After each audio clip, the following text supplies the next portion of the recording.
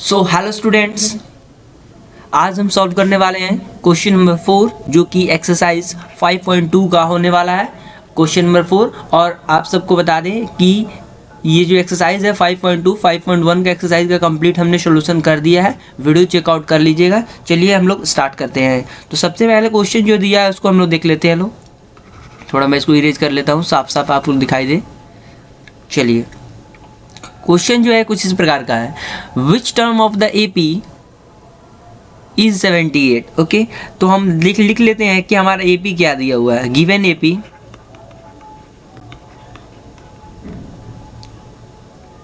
Series is क्या दिया हुआ है 3, 8, 13, 18 डॉट डॉट डॉट। ये हमारा एपी है, गिवन एपी, जिसमें हमारा फर्स्ट टर्म क्या दिया हुआ है ए जो हमारा दिया हुआ है 3, यानी क्या हो गया ये हो गया फर्स्ट टर्म। ठीक है, और डिफरेंस क्या दिया हुआ है, difference is equal to A2 minus A1 is equal to 8 minus 3 is equal to 5। हमारा कॉमन डिफरेंस भी निकल चुका है, 5 दिया हुआ है। अब हमसे पूछा जा रहा है कि कौन सा टर्म जो होगा वो 78 होगा। ठीक है, तो लेट द nth टर्म लिख लेते हैं यहाँ पे, let the nth term of n of the AP be 78। ठीक है, 78 है, यानी nth टर्म जो है 78 हो जाएगा। देन हम लोग लिख सकते हैं nth इज इक्वल टू 78 लिख सकते हैं ना। nth टर्म जो 78 है, तो an का फॉर्मूला क्या होता है आप लोगों को मैं पहले ही बता चुका हूँ। an जो होता है an is equal to a plus n minus 1 into d. ठीक है, ये होता है इज इक्वल टू 78 लिख सकते हैं ना, क्योंकि ये nth का फॉर्मूला होता है। nth टर्म का फॉर्मूला जो होता है यही होता है, nth term an is equal to इतना। तो हमारा ए कितना दिया हुआ है, हमारा ए दिया हुआ है 3, तो हम यहाँ पे 3 लिख लेते हैं, n माइनस 1 और डी दिया हुआ है हमारा 5 इज इक्वल टू 78। ओके, तो n माइनस 1 और 5 इज इक्वल टू, इधर प्लस में है तो उधर जाकर माइनस में हो जाएगा, तो 78 माइनस 3 इज इक्वल टू 75 लिख सकते हैं। ठीक है, तो n minus 1 is equal to, इधर क्या हो जाएगा मल्टीप्लाई में, इधर जाकर डिवाइड में हो जाएगा, 75/5 इज इक्वल टू कितना हो जाएगा, ये हो जाएगा 15। ये कितना हो जाएगा, ये हो जाएगा 15, ये हो जाएगा 15। और therefore n is equal to, ये माइनस 1 उधर जाएगा प्लस 1 हो जाएगा, यानी 15 plus 1 is equal to 16। n का वैल्यू आ गया। It means that the 16th term of an AP is 78। Therefore hence आप लोग ऐसे लिखिए, hence 16th term of the AP is 78। आ गया ना, तो हमारा 16 टर्म आंसर आ गया। यही हमको जो है फाइंड भी करना था। आसान सवाल था ना। ठीक है, नेक्स्ट सवाल आप लोग जो है वीडियो पॉज कीजिए और आप लोग जो है नेक्स्ट सवाल को सॉल्व कीजिए।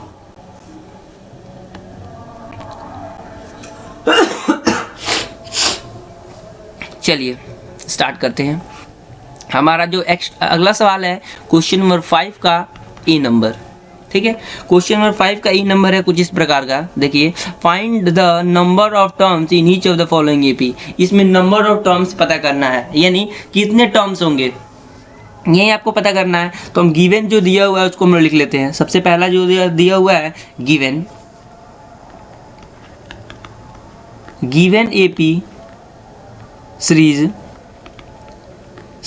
Is, given AP series is क्या दिया हुआ है 7, 13, 19 और लास्ट टर्म जो दिया हुआ है 205। ओके, इसमें दिया हुआ है हमारा ए यानी first term a is equal to 7 और डी इज इक्वल टू कितना दिया हुआ है 13 माइनस 7 इज इक्वल टू 6। ए और डी दिया हुआ है, हमारा पूछा जा रहा है इसमें कितने टर्म्स होंगे। तो हम लिख सकते हैं कि हमारा जो nth टर्म होगा वो मान के चलो ये कि nth टर्म जो होगा 205 होगा, ऐसे लिख सकते हैं ना। यानी 205 जो टर्म होगा वही ना पता, वही कितना टर्म होगा यही ना पता करना है। यानी कितना टर्म होगा, ये वो 10वां टर्म होगा या 20वां टर्म होगा या 100वां टर्म होगा। तो जितना टर्म होगा 205 उतना ही ना टर्म होंगे, तो यही लिखना होगा। Let the nth term let the nth term of AP be 205, यानी nth टर्म जो है 205 है, तो हम लोग लिख सकते हैं ऐसे।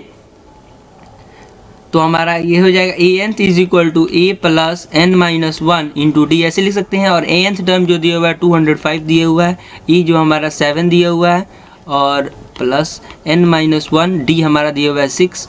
तो हम लोग ऐसे 7 प्लस n माइनस 1 इंटू 6 और 205 रहेगा। ये इधर प्लस में उधर जाएगा, माइनस में हो जाएगा, तो कितना हो जाएगा 98 हो जाएगा। इधर ही लिख लेते हैं, यानी n minus 1 into 6 is equal to 98, 198 लिख सकते हैं ऐसे।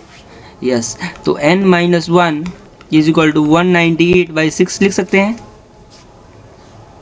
तो आप लोग इसको डिवाइड कीजिएगा लो, तो आंसर जो आएगा वो 33 आएगा। 33, तो n minus 1 is equal to 33, therefore n is equal to 33 plus 1 is equal to 34, यानी हमारा जो है n जो है 34 जो टर्म है वो है 205। इसका मतलब क्या है, इसमें जो है नंबर ऑफ टर्म्स जो हो जाएंगे वो 34 हो जाएंगे। हैंस द गिवन सीरीज है 34 टर्म्स।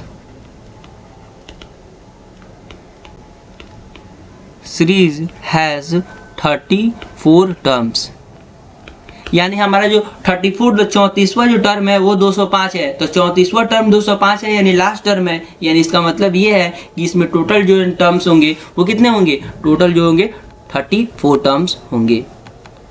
तो वीडियो पॉज कीजिए और नेक्स्ट क्वेश्चन आप बनाइए।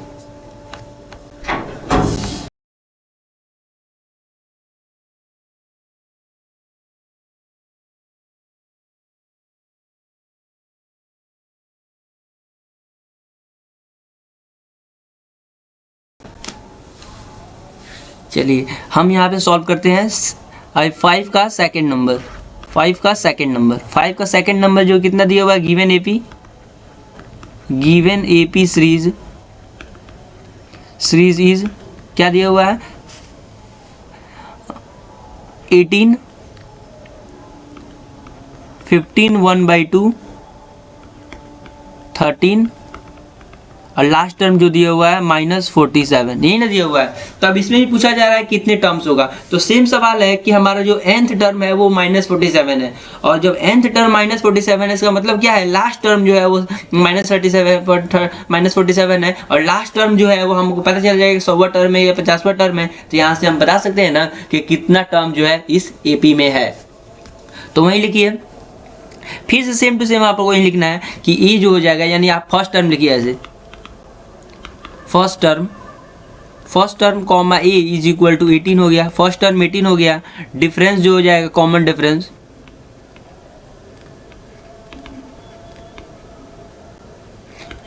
इज इक्वल टू कितना हो जाएगा 15, 1/2 माइनस 18 विल बी कितना हो जाएगा 2 होल 2/2, यही ना होगा। हाँ, तो ये हो जाएगा, मान के चलिए 16 माइनस 18 2, यानी 2 1/2 माइनस विल बी -5/2, ऐसे लिख सकते हैं। ये हमारा कॉमन डिफरेंस हो गया। अब लेट करते हैं कि हमारा nth टर्म जो है वो 47 है, -47। Late the nth term of AP P -47, nth term जो है वो हमारा कितना है -47 है। तो हमारा ऐसे लिख सकते हैं, therefore anth is equal to a plus n minus 1 into d, और anth टर्म जो है -47 इज इक्वल टू a कितना दिया हमारा, a जो 18 दिया हुआ है प्लस n माइनस 1 और -5/2। तो आप लोग ऐसे लिख सकते हैं। तो n minus 1 -5/2 is equal to -47, ये प्लस है तो हो जाएगा -18, तो ये यहाँ पे क्या हो जाएगा -65, 47 ये 65 ही होगा, ठीक है। तो आप लोग ऐसे लिख सकते हैं लोग, n माइनस 1 और -5/2 इज इक्वल टू -65 लिख सकते हैं लोग। तो माइनस माइनस ये कैंसिल हो गया, ये दोनों माइनस कैंसिल हो गया, therefore n minus 1 is equal to 65, और ये डिवाइड में गुना में तीसरा का डिवाइड में हो जाएगा, इंटू हो जाएगा 2/5 लिख सकते हैं। Therefore n is equal to, इसको कटेंगे तो ये हो जाएगा 13, तो 26 और +1 इज इक्वल टू 27, यानी 27th टर्म जो है हमारा जो है -47 है। therefore